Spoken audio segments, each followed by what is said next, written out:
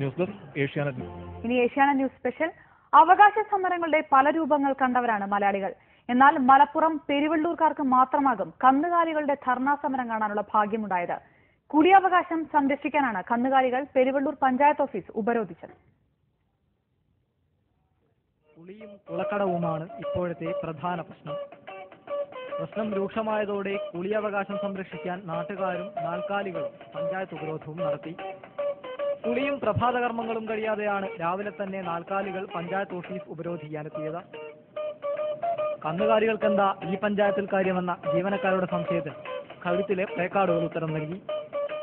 അവകാശ സമരം അസഹനീയമായതോടെ പോലീസെത്തി. ഉപരോധം തുടർന്നാൽ നാൽക്കാലികളെ കോടതി കയറ്റുമെന്ന പോലീസിന്റെ അന്ത്യശാസനത്തോടെ സമരക്കാർ തൽക്കാലം അയഞ്ഞു. ഞാനിത് കോടതിക്ക് കൊണ്ടുകൊടുക്കാം. ഞാൻ നല്ലതൊക്കെ പറഞ്ഞത് നല്ല രീതിയിൽ കൊണ്ടുവയ്ക്കാം. അല്ലെങ്കിൽ നിങ്ങൾക്ക് ഇതിന്റെ ഭാഗമായിട്ട് ഞാൻ നിങ്ങളെ അറസ്റ്റ് നിങ്ങളെ പേര് കേസ് എടുക്കാൻ പറ്റും. ഒരു സംശയമില്ല.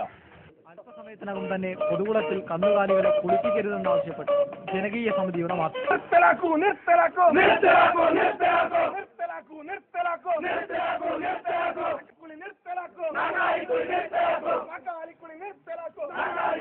കാലികളെ കുളിപ്പിക്കുന്നതിനെതിരെ നേരത്തെ തന്നെ നാട്ടുകാർ പഞ്ചായത്തിന് പരാതി നൽകിയിരുന്നു.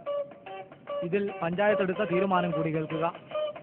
മാസത്തിലെ ആദ്യ 15 ദിവസം നാൽക്കാലികൾ കുളിക്കട്ടെ. ബാക്കി ദിവസങ്ങൾ കുളിക്കടവ നാട്ടുകാർക്കും ഉപയോഗിക്കാം. എങ്ങനെയുണ്ട് നമ്മുടെ പഞ്ചായത്ത്? അഷ്റഫ് വാളു, ഏഷ്യാനെറ്റ് ന്യൂസ്, മലപ്പുറം.